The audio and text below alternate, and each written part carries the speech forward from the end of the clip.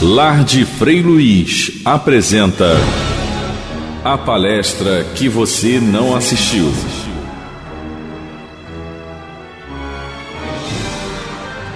Nossa palestrante de hoje é a nossa irmã Berenice Lima.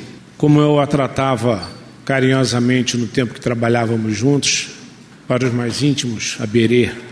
Berenice faz parte do conselho curador da Rádio Espírita, da nossa Rádio Rio de Janeiro. Produtora e apresentadora da Rádio Rio de Janeiro, nossa Rádio 1400 AM, de 2 programas.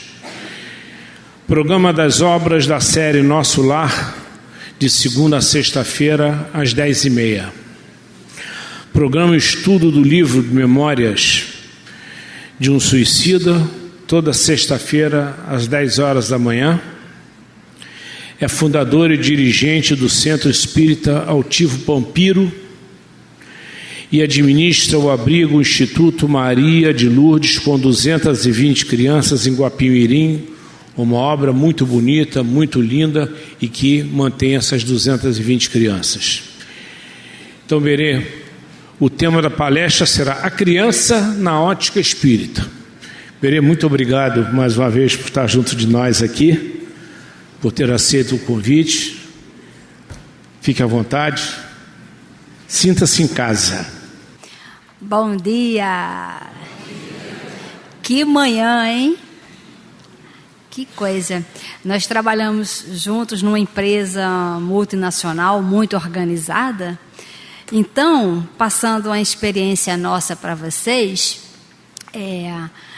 vocês conseguiriam fazer um relatório de no mínimo 23 linhas sobre o que foi falado aqui na prece e no estudo do Evangelho?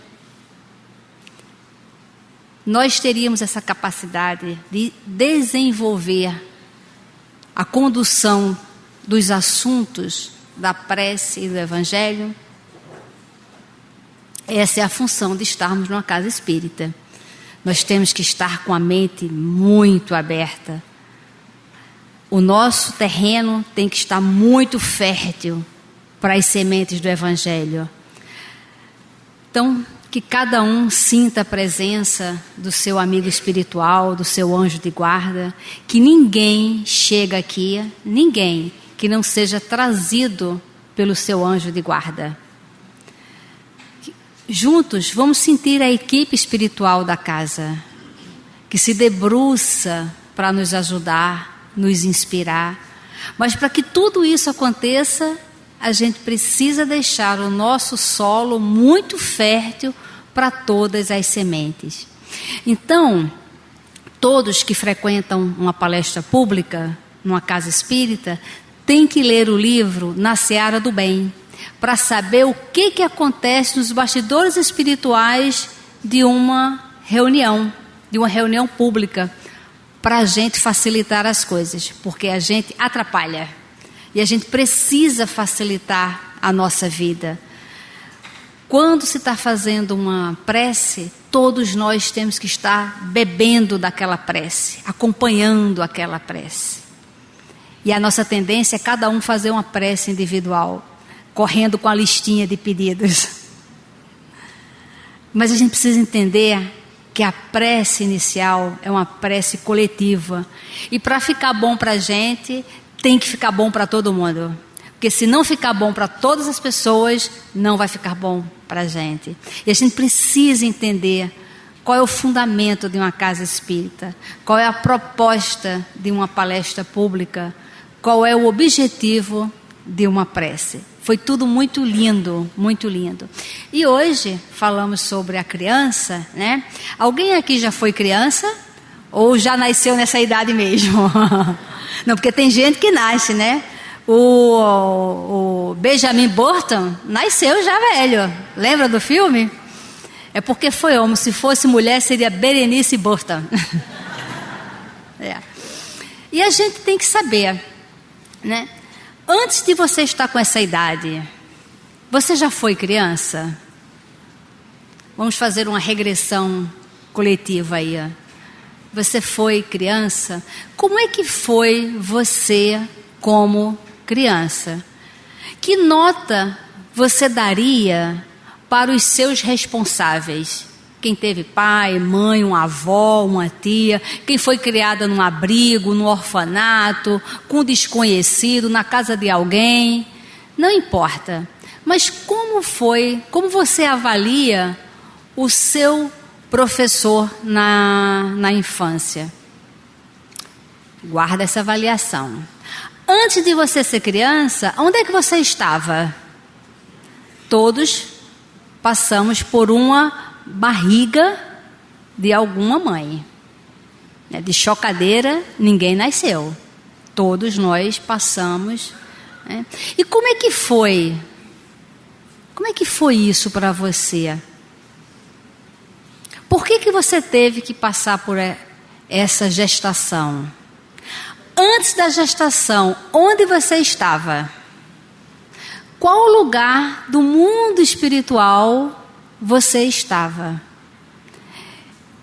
Aí tem gente pensando assim, como é que eu vou saber?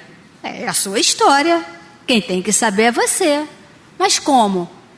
Medite, pense, veja quais são as suas características hoje, veja qual é a sua linha de pensamento hoje, veja como você se posiciona no mundo, que aí nós vamos saber de onde nós viemos. E antes de estarmos no mundo espiritual, antes dessa reencarnação, você estava onde? Reencarnado aonde? Fazendo o quê? Construindo o quê? Escrevendo o quê no livro da sua vida? Então, você sabe que você é um espírito imortal? Você sabe que você é único? Que você é filho de Deus? Você sabe para que você reencarnou? Qual é o objetivo da reencarnação? Ou você acha que é obra do acaso? Juntaram lá um espermatozoide com um óvulo e pum, eu cheguei aqui. Totalmente assim, sem nada. Totalmente obra do acaso. Ou tem uma história para trás. Estudar a doutrina espírita é sabermos quem somos, de onde viemos, aonde estamos agora. E agora, nessa casa bendita de estudos, nós temos que saber para onde vamos. Qual é o plano agora? Qual é o planejamento agora? Então, se todos nós passamos por uma infância, nós temos que avaliar como é que foi a educação dessa infância. Não reclame nada das questões materiais. Nada. Mas faça uma avaliação do que você conseguiu ganhar nas questões éticas e morais. Como te ensinaram as questões éticas e morais? Pelo um exemplo positivo, como deve ser, ou por um exemplo negativo, de como não pode ser? Porque sempre a gente reclama das coisas que nós não tivemos. No Livro dos Espíritos tem uma pergunta muito importante, né? Que fala, por que as pessoas têm desgosto da vida? Porque cometem suicídio? Porque que entram nessa depressão por conta desse desgosto? E a resposta é falta de fé e excessos. Excessos.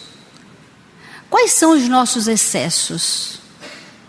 Excessos de desejos, excessos de ideias, excessos de vícios. Muitas doenças, a maioria das nossas doenças é por excesso de comida. Então, estudar a doutrina espírita é para a gente fazer todas essas reflexões, para a gente se identificar e traçar um plano. Então, começando pela pergunta 582 do Livro dos Espíritos, fala assim: pode-se considerar a paternidade como missão? Então, vamos deixar as mães de lado e vamos agora focar nos pais. A resposta: sem dúvida é uma missão é, ao mesmo tempo, um dever muito grande e que envolve, mais do que o homem pensa, a sua responsabilidade quanto ao futuro. Deus colocou o filho sob a tutela dos pais, a fim de que estes o dirijam pelo caminho do bem, e lhes facilitou a tarefa, dando à criança uma organização frágil e delicada, que a torna acessível a todas as impressões. Mas há quem se ocupe mais em endireitar as árvores do seu jardim e fazer com que deem bons e abundantes frutos, do que em endireitar o caráter de seu filho. Se este vier a sucumbir por culpa dos pais, sofrerão os genitores as consequências dessa queda, recaindo sobre eles os sofrimentos do filho na vida futura, por não terem feito tudo quanto deles dependia para que o filho avançasse na estrada do bem. Então, o objetivo dos nossos pais e o nosso objetivo agora é a visão de futuro. Quem faz uma avaliação do passado e encontra muitos problemas, muitos defeitos, aponta muitas coisas, identifique quais foram os pilares éticos e morais que ficaram fincados em cada um de nós. Porque às vezes os nossos pais não conseguem ensinar de uma maneira positiva, porque também eles trazem muitas outras bagagens, mas o exemplo a gente sabe, esse exemplo eu vou seguir, ou esse exemplo eu não vou seguir. Então, vamos deixar agora o nosso passado para trás. A gente não consegue mais mudar, mas a gente consegue compreender. E na compreensão, fazermos uma avaliação e vivermos diferente. Mas uma coisa que está totalmente no nosso controle é o futuro. É de hoje para adiante.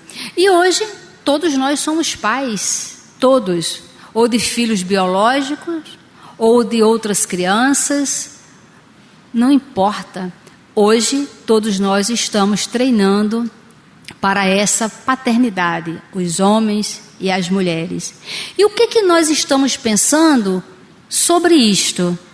Sobre esses espíritos que estão chegando, a educação que está no momento. Como é que você faz essa avaliação? Esse você está incluído para mim mesmo, é só para a gente ter o impacto de eu tenho que raciocinar. Como você faz o seu planejamento hoje para educar uma criança? Você, só você. Nós precisamos estudar para a gente começar a raciocinar individualmente, se colocando naquele lugar, mas com a visão de futuro. Foi muito bem lembrado esse caso de André Luiz. E tem um livro chamado Sexo e Obsessão, pelo espírito Manuel Filomeno de Miranda, na psicografia do Divaldo, que fala sobre o Marquês de Sade. Veja, o Marquês de Sade, ele teve uma importância tão grande na história que a palavra sadismo surgiu dele, de ser uma pessoa tão desequilibrada nas questões sexuais. E hoje nós estamos vendo um mundo voltado para o sexo. Parece que só tem esse assunto hoje em dia.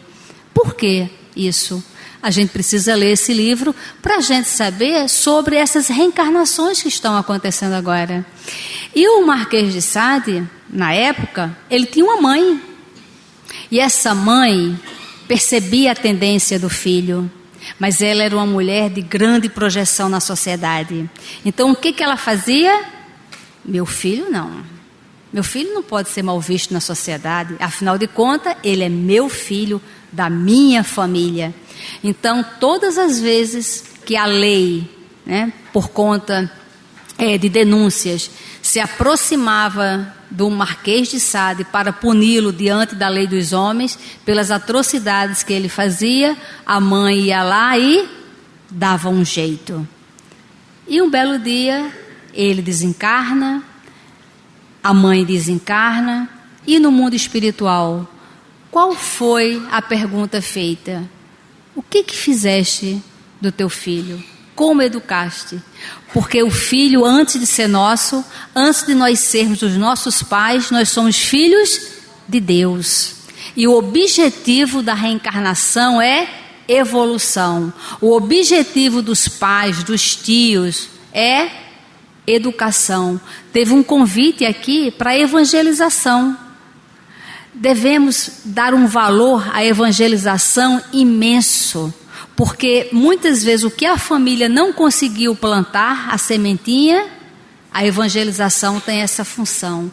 Então, a evangelização é um pilar do mundo, que a gente aproveita uma casa que oferece a evangelização. Então, no mundo espiritual, o Marquês de Sade, com aquela mente tão conturbada, ele foi se juntar com os espíritos com aquele tipo de mente e fundaram uma colônia espiritual completamente voltada para as questões sexuais perturbadoras.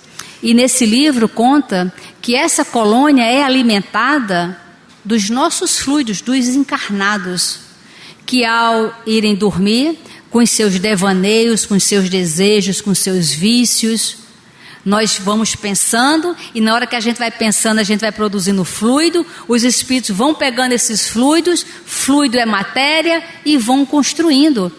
E nessa colônia, muitos encarnados, ao dormirem, o corpo dorme e o espírito em desdobramento vai lá para essa colônia. Então esse livro descreve esta colônia. E o objetivo desse livro é desmantelar essa colônia, porque a lei de Deus dá o livre-arbítrio para a gente fazer escolha e caminhar. Mas como nós ficamos distraídos, chega uma hora que a lei fala, agora chega. É a famosa, quando a criança não quer tomar banho e a mãe fica, vai tomar banho, vai tomar banho. Chega uma hora que ela fala o quê? Chega! Dá-lhe uma pequena palmada cheia de amor, guarda os brinquedos e bota para tomar banho e dormir. É a hora do chega, porque a lei é de progresso. Querendo ou não, a lei é de progresso. Quando a gente dificulta, a gente sofre bastante. Quando a gente estuda, clareia a mente para nos ajudar a tomar decisões saudáveis, a vida flui melhor. Então, esse desmantelo dessa colônia iria favorecer, não só essa colônia e tantas outras, uma grande massa de reencarnação com espíritos voltados para esse tipo de vício. E, pasmem, a mãe do Marquês de Sade, logo quando ela desencarna, cai a ficha e ela se arrepende profundamente de ter protegido aquele filho de tal forma que ela identifica, se ela tivesse deixado a lei dos homens se cumprir, ele teria errado menos, porque ele iria ficar confinado em alguma prisão e aquilo ali ia evitar ele fazer tantas atrocidades. E teve uma moça em especial, a Keller, onde ele maltratou tanto, e criou um vínculo de ódio tão grande, que quando essa moça desencarna, o ódio dela por ele era tão grande, que eles se vincularam de tal forma que eles vão reencarnar, mas numa situação bem complexa. Eles vão ser aquelas pessoas que reencarnam chipófabas, juntas, com órgãos, com os mesmos órgãos. Não significa que todas as reencarnações desse tipo são pessoas vindas desse tipo de colônia, né? Então, cada caso é um caso. E a mãe do Marquês de Sade, quando ela se arrepende, ela tem muitas reencarnações reparadoras para ser uma mãe firme, uma mãe com o objetivo de identificar as características da criança e imediatamente cortar. Este é o objetivo dos pais. Então ela vai se arrependendo, vai tendo várias reencarnações, vai evoluindo, e quando fala-se desse livro, ela já é um espírito bem evoluído, mas ainda comprometido com aquele espírito, o Marquês de Sade, que quando foi seu filho, ela não soube educar, porque ela tinha uma projeção e tinha um pronome, meu filho. Se o filho é meu, e muitas vezes a gente fala, olha, fale mal de qualquer pessoa, fale mal de mim, faça mal a mim, mas não fale do meu filho. E se ele estiver errado, não vai falar? E se ele estiver errado, não vai corrigir? Só porque é seu? Então a doutrina espírita faz com que a gente faça essas reflexões, porque o filho não é seu, é de Deus. Por uma conjuntura, por um contexto, por ligações, por uma lei magnética de vibração, trouxe aquela família para reencarnar ali. Mas aquela família tem um objetivo, tem um propósito. E nesse propósito, a gente tem que parar de culpar os pais e olhar para frente. Eu agora, como uma mãe, como um pai, ou não vou ter filhos, mas como um educador, qual é o meu papel na sociedade? E a mãe deles, que já é um espírito evoluído, pediu para reencarnar e para recebê-los nessa reencarnação tão dolorosa, né, que eles vão reencarnar, e aos 10 anos mais ou menos, quando eles tiverem 10 anos, já acostumado a lidar com aquela problemática daquela divisão do corpo físico, a mãe vai desencarnar e eles vão começar a passar por uma grande expiação. Agora imagina, né, se essa mãe grávida, já sendo identificado que vão nascer esses espíritos com esses corpos deformados, imagina se alguém olha e fala, não, vamos abortar. Afinal de contas, vai nascer um corpo deformado? Já pensaram? E o que será desse espírito, no caso o Marquês de Sade, que precisa passar por esta expiação? E por que esse corpo?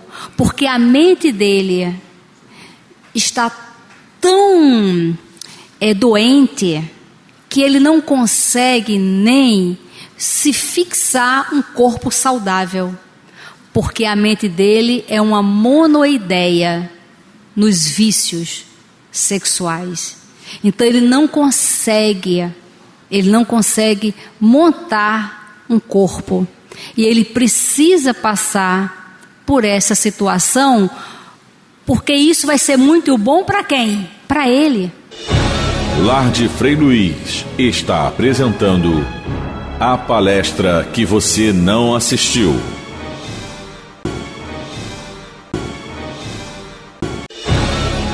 Lar de Frei Luiz volta a apresentar a palestra que você não assistiu.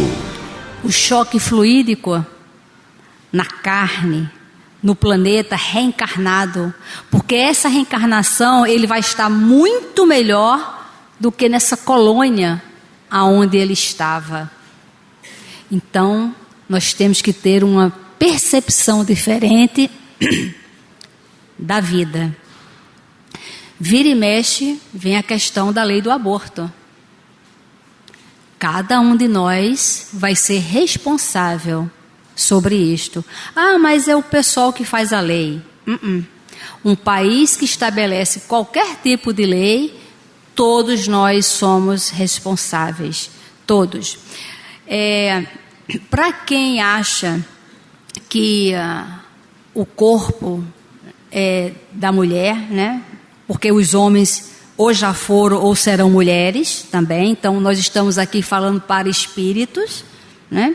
Então quando a gente fala, mas só o corpo feminino que faz a gestação, então quem é homem ou já foi ou vai ser mãe, quando a gente fala, não, olha, eu vou abortar porque o corpo é meu, a gente tem que pensar e eu vou sugerir, quem acha isso, quem concorda com o aborto, eu vou sugerir que entre na internet e coloque assim, ó, Bernard Neidson. É o nome de um médico americano, Bernard Neidson.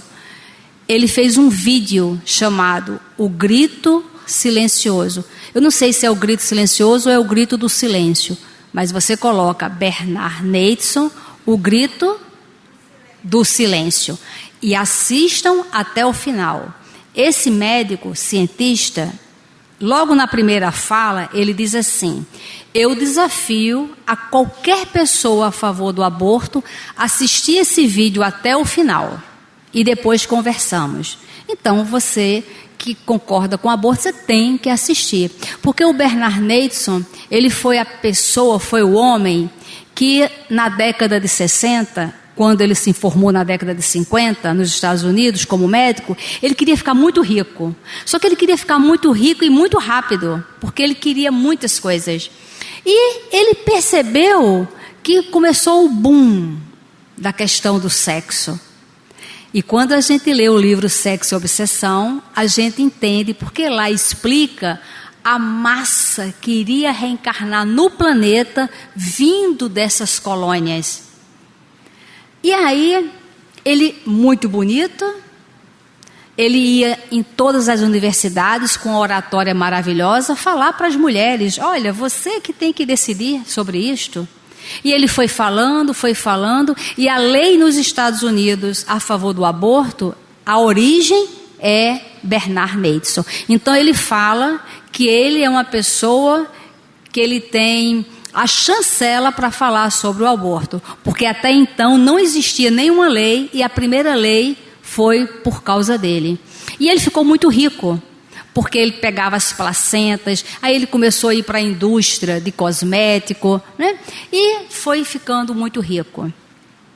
Na década de 60 chegou a ultrassonografia, que até então não existia, mas nesse livro a gente compreende que os espíritos rapidamente desenvolveu na Terra a ultrassonografia.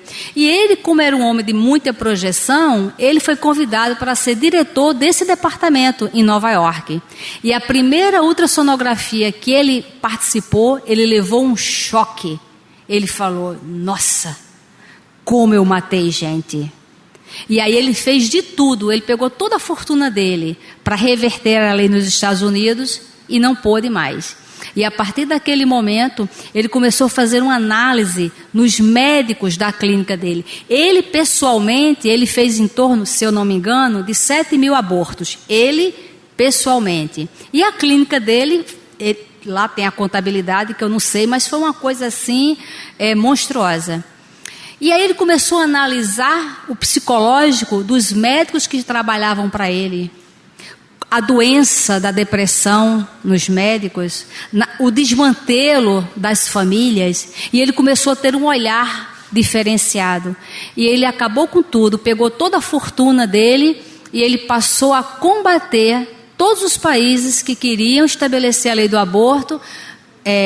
Na Espanha, por exemplo, ele fez uma campanha maciça na Espanha, até ele fazer esse vídeo. Então assista esse vídeo para a gente poder entender todo esse processo.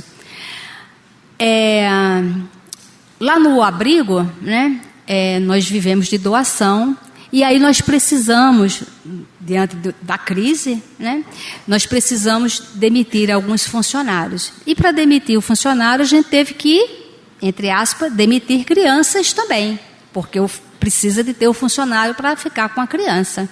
E quem vamos demitir das crianças? Os miudinhos, as crianças, o pré-adolescente, o adolescente, o jovem? O que a gente vai fazer? E eu achei que a gente deveria botar os miudinhos para casa e ficarmos com os adolescentes e os jovens.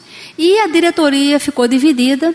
Quando é assim, nós temos uma reunião com o mundo espiritual para o Dr. Herman, que é o espírito que nos orienta, nos orientar. Porque a administração é coisa humana, mas quando há uma decisão que vai afetar vidas, aí a gente pede a orientação espiritual.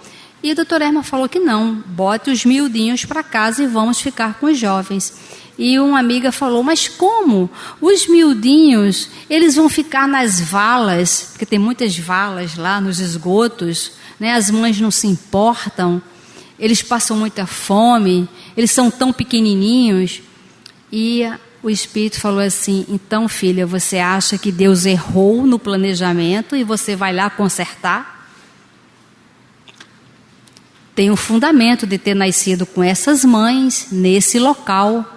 Se vocês puderem ajudar a progredir, a promover a família, façam. Mas se você quiser resolver, você está dizendo que Deus fez tudo errado e você vai lá consertar. Agora, por quê? Deixa as criancinhas lá com as mães. Vamos focar nos jovens. Por quê? Porque os jovens precisam de evangelização. Porque eles estão, muitos, prestes a perder uma reencarnação por falta de orientação para conduzir a vida no melhor livre-arbítrio.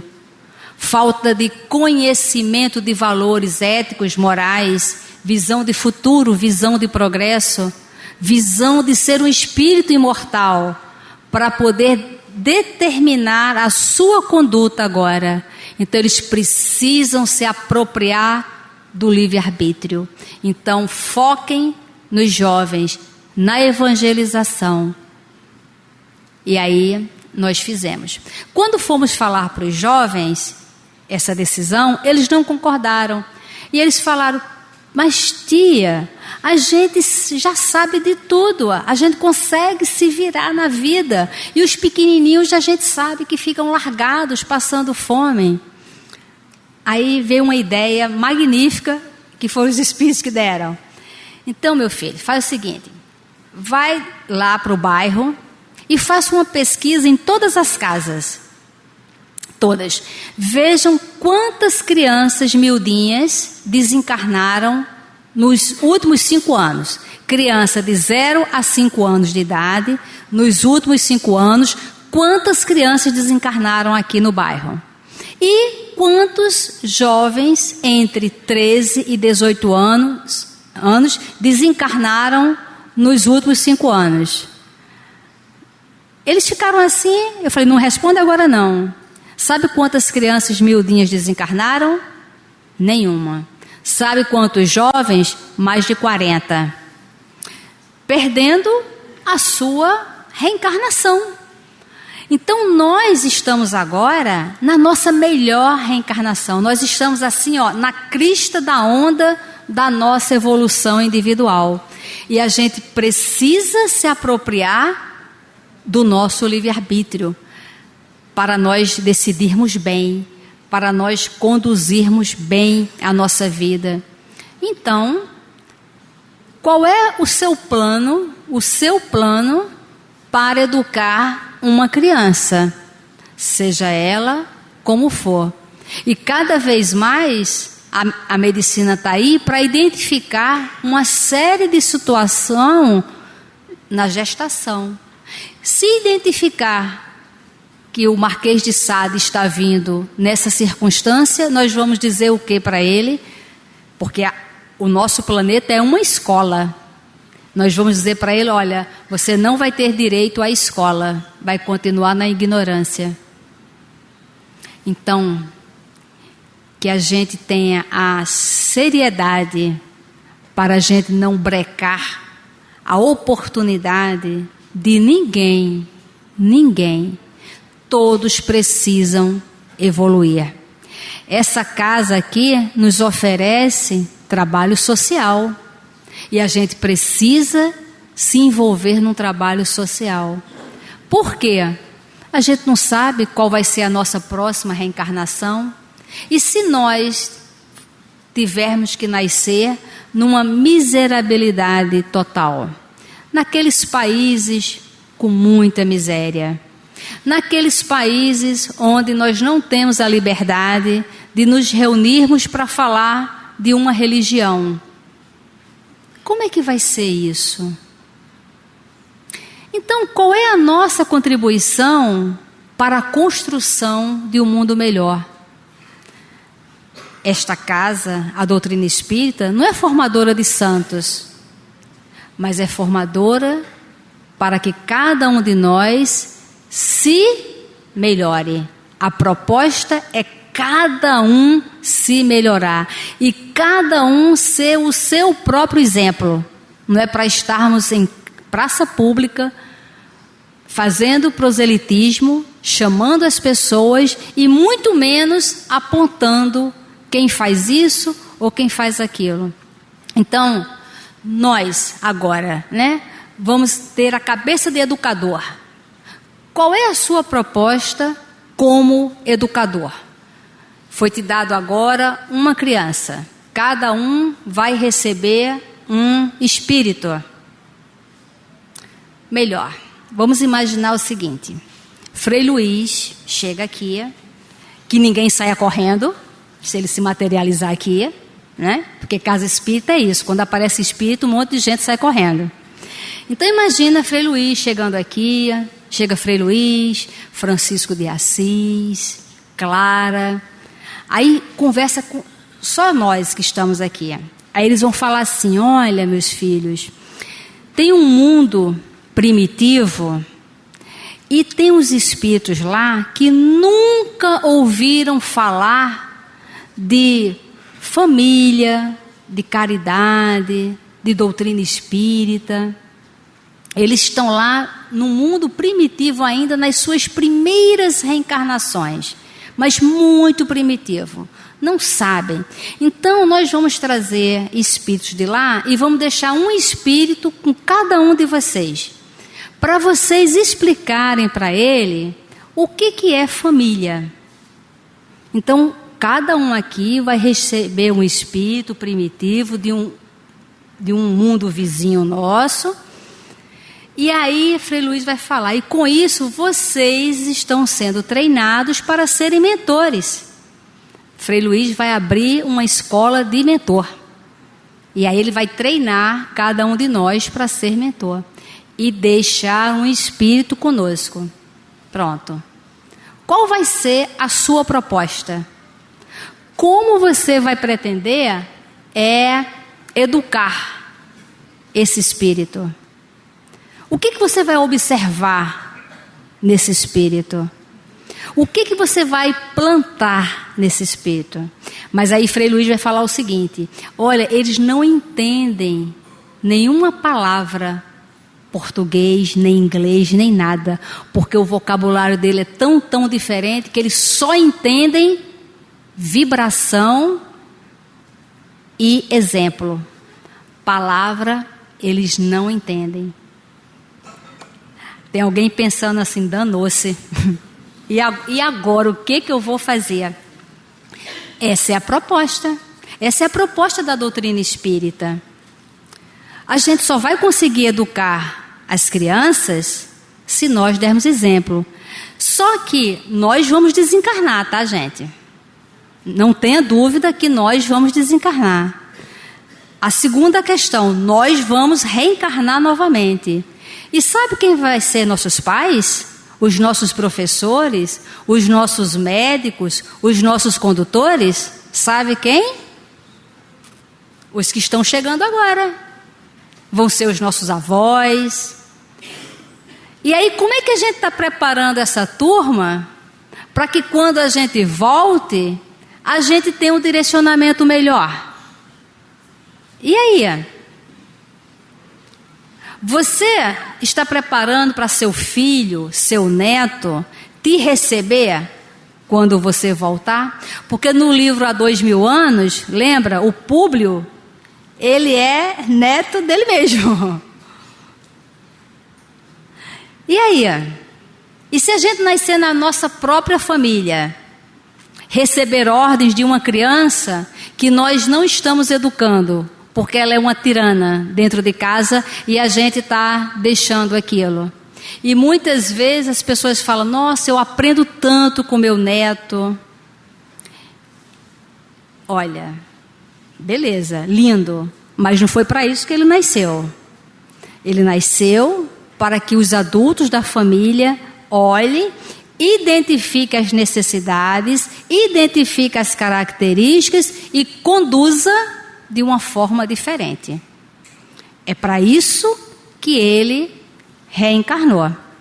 E muitas vezes a gente está deixando as coisas se inverterem. Tem um caso que esse eu acompanhei, esse caso, né?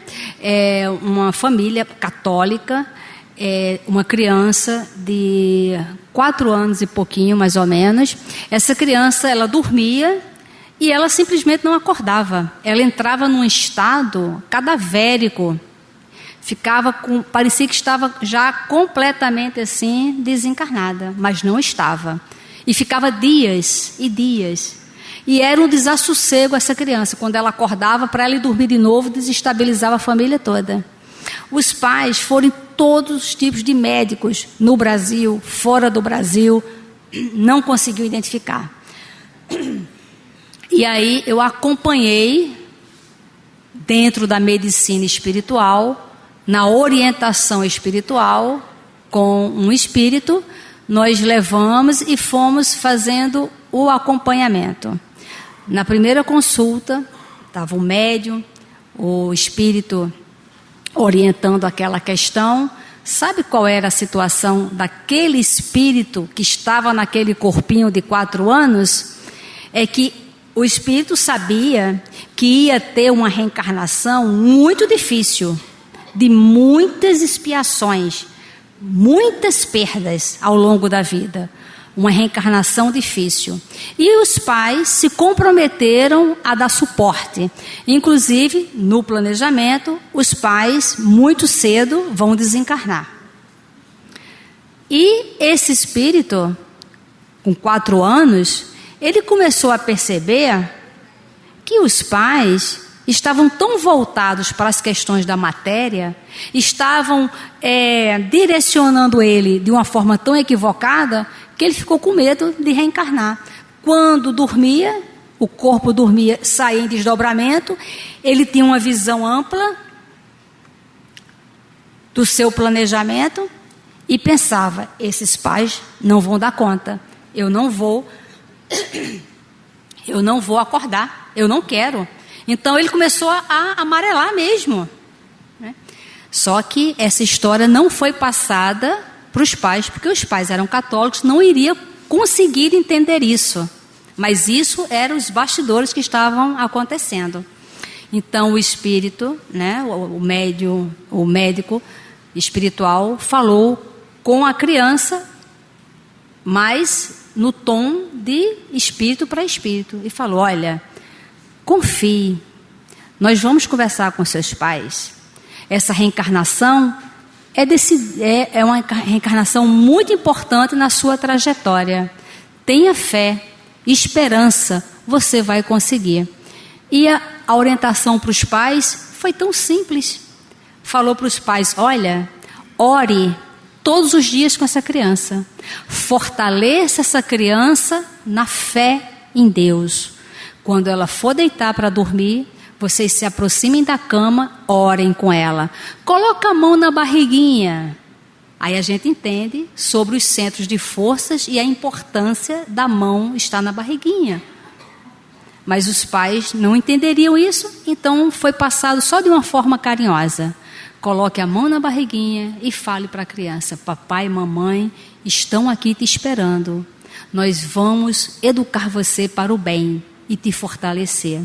E foi orientado para esses pais pararem de enfeitar tanto a criança materialmente e dar tempo de qualidade nas sementes do bem, da evangelização, fortalecendo.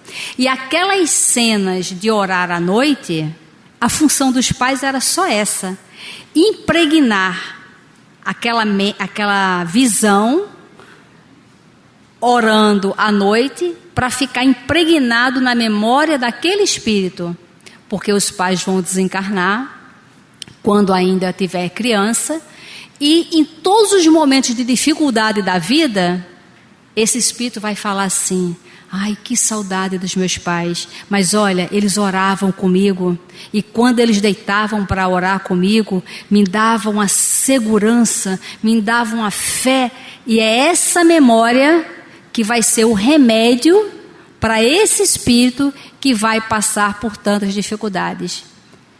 E a função dos pais era apenas essa: orar, falar de Deus, dar exemplos nas questões éticas e morais. E tudo isso, gente, não gasta nenhum tostão, não gasta nada, é de graça. E quantas vezes os pais se endividam para dar coisas a seus filhos e não se dão. Que a gente pense nesse caso, que o maior tesouro que a gente pode ter ou pode dar. E como é que a gente vai avaliar? Jesus deu uma dica: só é tesouro mesmo aquilo que o ladrão não rouba, a traça não rói e a ferrugem não corrói. Qualquer coisa que a traça roer, a ferrugem acabar e alguém puder roubar, não é tesouro. Então, que a gente dê para as crianças a evangelização, porque ninguém vai roubar o celular, vai roubar o carro, mas roubar o conhecimento da evangelização não vai. E esse conhecimento vai ser o alicerce da esperança e da consolação. Então, esse é o objetivo de sermos pais. E o objetivo da nossa reencarnação, em primeiro lugar, agradecer aos pais. Mesmo aqueles pais que a gente acha que não merecem. Mas se não fosse eles, nós não estaríamos aqui. E se foram eles, é porque a gente precisa desses pais. Quer uma família melhor, invista nesta reencarnação para na próxima estarmos bem. E muita paz.